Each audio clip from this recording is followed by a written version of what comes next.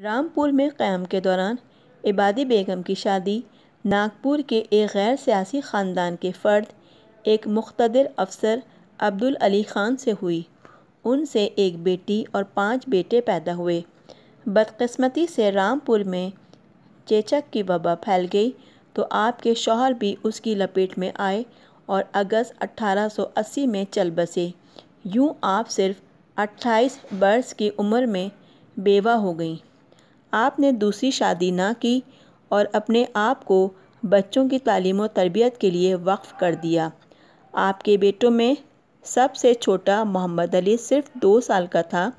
بچوں کو جدید تعلیم سے آراستہ کرنا آپ کا سب سے بڑا خواب تھا۔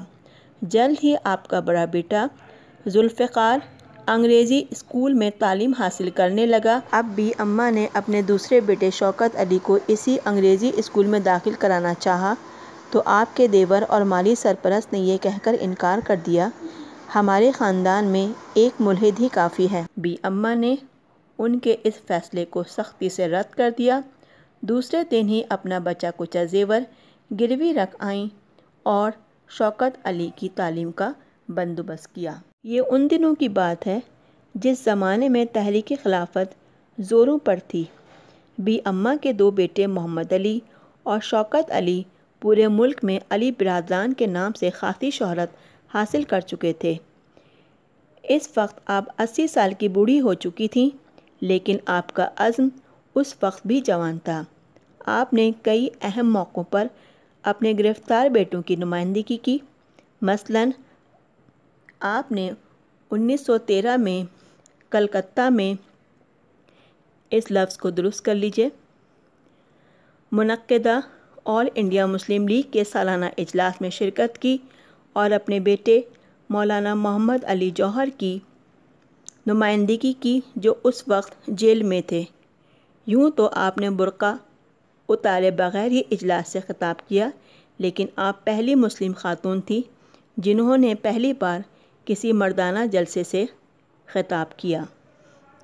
اسی طرح جس زمانے میں علی برادران جیل میں قید و بند کی صعوبتیں برداشت کر رہے تھے تو بھی اماں جو ضعیفی اور علالت کی وجہ سے بستر سے قدم بھی نہیں اتار سکتی تھیں، وہ ہمت کر کے اس لفظ کو بھی درست کر لیں، اٹھ کھڑی ہوئیں اور دلیرانہ انداز میں پورے ہندوستان کا دورہ کیا اور تحریک کے لیے چندہ جمع کیا۔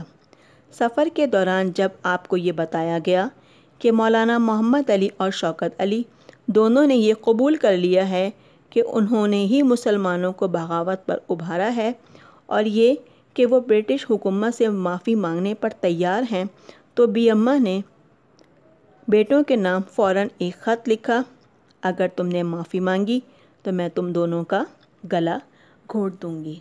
بچوں، اس پیراگراف میں ہمیں بتایا جا رہا ہے کہ جب بھی اماں اپنے والد کے ہمراہ رامپور رہائش پذیر ہو گئیں تو پھر ان کی شادی ناگپور میں رہنے والے ایک شخص جن کا نام عبدالعلی خان تھا سے ہو گئی۔ وہ ایک غیر سیاسی خاندان سے وابستہ تھے۔ ان کی ایک بیٹی اور 5 بیٹے تھے۔ چیچک کی بیماری کی وجہ سے آپ کے شوہر انتقال کر گئے۔ 28 سال کی عمر میں ہی آپ کو شوہر کا دکھ بھی جھیلنا پڑا۔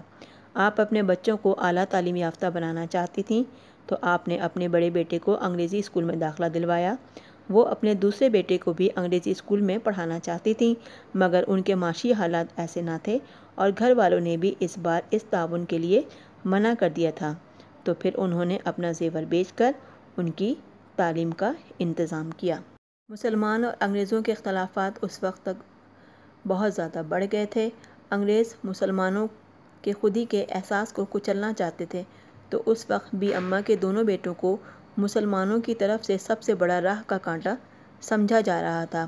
انگریز ان دونوں کو اپنی قید میں رکھ کر اور تکلیفیں پہنچا کر اس بات پر مجبور کر رہے تھے کہ وہ اس تحریک کو روک دیں اور انہیں بغاوت و سرکشی نہ دکھائیں، ان کی عزم و ہمت کمزور نہ پڑ جائے۔ تو اس لیے بھی اماں نے ان کو یہ کہہ کر ہمت دلائی کہ موت سے ڈرنا نہیں ہے اور اپنے مقصد سے ہٹنا نہیں ہے، اور اگر آپ لوگوں نے اپنی جان بچانے کے لیے انگریز سرکار کے آگے سر جھکایا اور پھر میرے پاس آئے تو پھر میں آپ لوگوں کو معاف نہیں کروں گی۔